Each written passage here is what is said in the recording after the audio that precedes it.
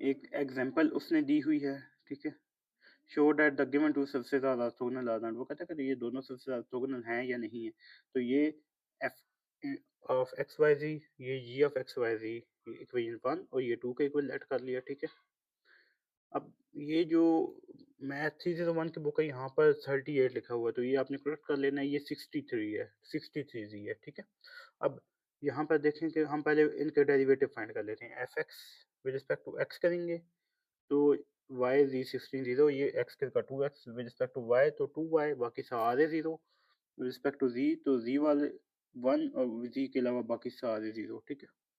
अब इसी तरह जी एक्स, एक्स के अलावा बाकी सारे जीरो, तो ये 2x, एक्स के जी वाई तो 2y, बाकी सारे जीरो, और जी जी -63, ठीक है?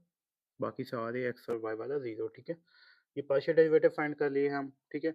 अब इसमें ये वैल्यू हम पुट करते हैं, F X F Y, F X G X, F Y G Y, X G G G, F X 2x G X 2x plus F Y G Y दोनों 2y, एफ जी 1 है और जी जी क्या है -63 जी Z, ठीक है? Multiply करते हैं, 2 to the 4x के 4y के -63, ठीक है? अब इन दोनों में तो 4 आ गया जनाब कॉमन, ये यहाँ से ऊपर जाएगा ऐसे, ठीक है?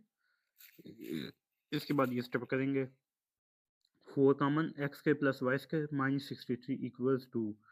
अब देखें हमारे पास एक्स के वाई के की कोई वैल्यू भी तो होनी चाहिए ना, जिसे हम ये प्रूव करेंगे ये कि ये जीरो के इक्वल है या नहीं है। तो वो कैसे हम फाइंड करेंगे?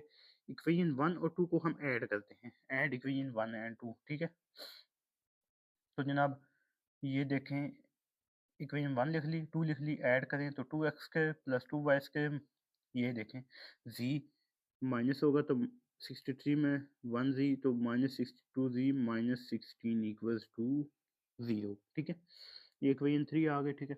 अब देखें कि यहाँ से z की वैल्यू क्या है, इक्वेशन 1 में से z की वैल्यू निकालें तो z इधर ही x के y के इधर आकर माइनस के हो जाएंगे, -x के माइनस वाई स्क्वायर और +16, ठीक है? ये दूसरी साइड पर चले जाएंगे, ये इक्वेशन 1 में से ये वाली है, ठीक है? तो सी की वैल्यू लिख ली, -x के -y के +16 -16 इक्वल टू 0, ठीक है?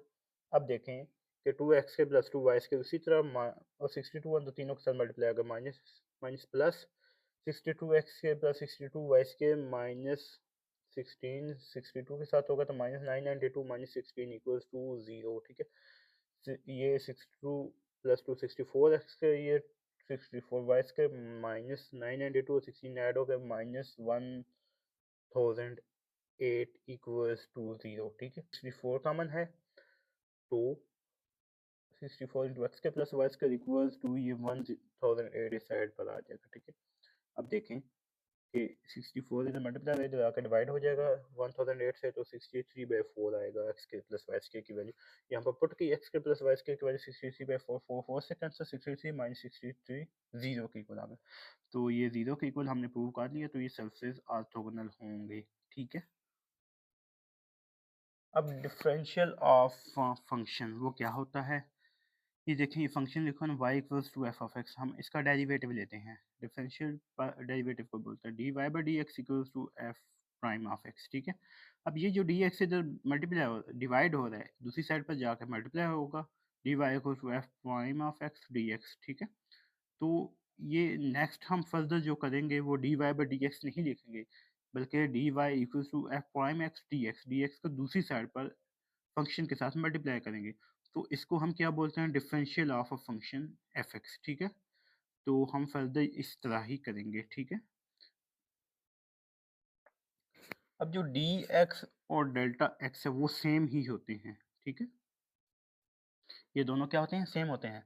और जो डी वाई और डेल्टा वाई है वो सेम नहीं होते, समटाइम्स सेम ही होते हैं लेकिन अप्रॉक्सीमेटली चेंज होता है, ठीक है? यानी कि वो एग्जैक्ट इक्वल नहीं होते, ठीक है? वो अप्रॉक्सीमेट इक्वल होता है, अप्रॉक्सीमेट चेंज होता है। तो ये डेल वाई और डी वाई को जब भी हम लिखेंगे तो ये अप्रॉक्सीमेट इक्वल का साइन लगाएंगे, ठीक है? तो ये एग्जैक्ट इक्वल नहीं होते, ठीक है?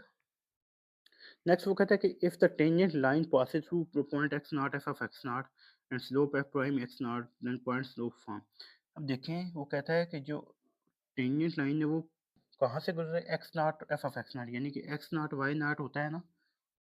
अब y की जगह हम क्या लिखते हैं, y को एफ ऑफ एक्स लिखते हैं ना, तो y नॉट है तो एफ ऑफ एक्स नॉट होगा, ठीक है। ये उसने पॉइंट दिया, अगर टेंजेंट लाइन यहाँ से गुजरे और स्लोप क्या उसने दी एफ प्राइम एक्स, तो पॉइंट स्लोप फॉर्म क्या होगी, ये पॉइंट स्लोप फॉर्म है ना, y minus Y naught equal prime into X minus X naught. अब y नॉट क्या है, एफ ऑफ एक्स नॉट, ये प्राइम नहीं है यहाँ पर, ठीक है। F of X naught Y minus F of X naught equal to slope उसने क्या बताई हुई है, M F prime of X not, और एक्स भी सेम, एक्स नॉट भी एज इट इज सेम, ठीक है। अब ये एफ ऑफ एक्स नॉट है, ये साइड पे आके प्लस हो जाएगा, Y equal to F of X naught plus minus का प्लस हो गया, प्लस ये उसी तरह F prime X naught into X minus X naught, ठीक है। तो ये इसकी पॉइंट फॉर्म हो गई, ठीक है। अब नेक्स्ट ये एग्जांपल हमने सॉल्व करनी है, फंक्शन दिया हुआ F of X equal to under root X, ठीक है। एक्स इक्वल टू 4 और डी एक्स और डेल्टा एक्स के इक्वल होता है, दोनों इक्वल होते हैं, वो इक्वल है 3 के। फाइंड करना है डी वाई और डेल्टा वाई, ठीक है। तो अब हम ये जो y है वो किसके इक्वल है, देखें ना, एफ ऑफ एक्स जो है वो अंडर रूट एक्स के इक्वल है ना, तो एफ ऑफ एक्स किसके इक्वल होता है, y के, तो y equals to under root X, ठीक है। अब हम y की जगह रिप्लेस कर लेते हैं y प्लस डेल वाई से, और x को रिप्लेस कर लेते हैं x प्लस डेल एक्स से, ठीक है। हमने डेल y फाइंड करना है, तो डेल y इधर ही रहेगा, y साइड पे आके माइनस हो जाएगा, ठीक है। अब यहाँ पर देखें हम इनकी वैल्यूज पुट करते हैं, ये देखें y किसके इक्वल है, अंडर रूट एक्स के, तो y की जगह यहाँ से ऊपर करेंगे, ये अंडर रूट एक्स आ गया, ठीक है। अब x की वैल्यू है 4 और डेल x की है 3, 4 plus 3 7 minus under root X है तो x की 4 है तो अंडर रूट 4, ठीक है। इसको सॉल्व करेंगे तो ये 0.65 होगा अप्रॉक्सीमेटली इक्वल टू, ठीक है। अब नेक्स्ट देखें y किसके इक्वल है, अंडर रूट एक्स के, ठीक है। हमने अब डी वाई फाइंड करना है ना, तो डेरिवेटिव लेंगे, D Y by D X equal to under root X का होता है 1/2 अंडर रूट एक्स, ठीक है। और डी वाई फाइंड करना है तो अंडर रूट डी एक्स इस साइड पे आके मल्टीप्लाई होगा इससे, तो D Y equals to 1/2 under root X D X, ठीक है। अब वैल्यूज पुट करते हैं, ये जनाब देखें 1/2 अंडर रूट एक्स है, तो देखें एक्स की 4 आ गई और डी एक्स की 3 आ गई, ठीक, ठीक है। तो 3/4 इसका आंसर आएगा, ठीक है। सॉल्व करेंगे वैल्यूज पुट करके तो 0.75 आंसर आएगा इसका, ठीक है। तो हमने ये डी वाई भी फाइंड कर लिया और डेल वाई भी फाइंड कर लिया, ठीक है। अब नेक्स्ट है, कहते हैं using differential approximation for value of cos 61, cos 61 की वैल्यू फाइंड करनी है अप्रोक्सीमेशन को यूज करते हुए, ठीक है।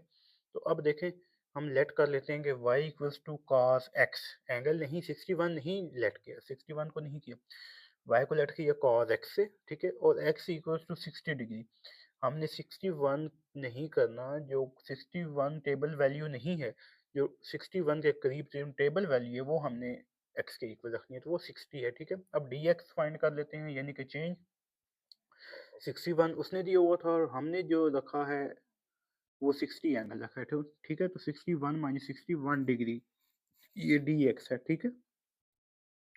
अब डेल y जो अप्रोक्सीमेटली इक्वल होता है dy के, वो क्या आएगा, y है cos x के और डेल y क्या होगा, cos का डेरिवेटिव क्या होता है, माइनस साइन x और 60 dx, ठीक है।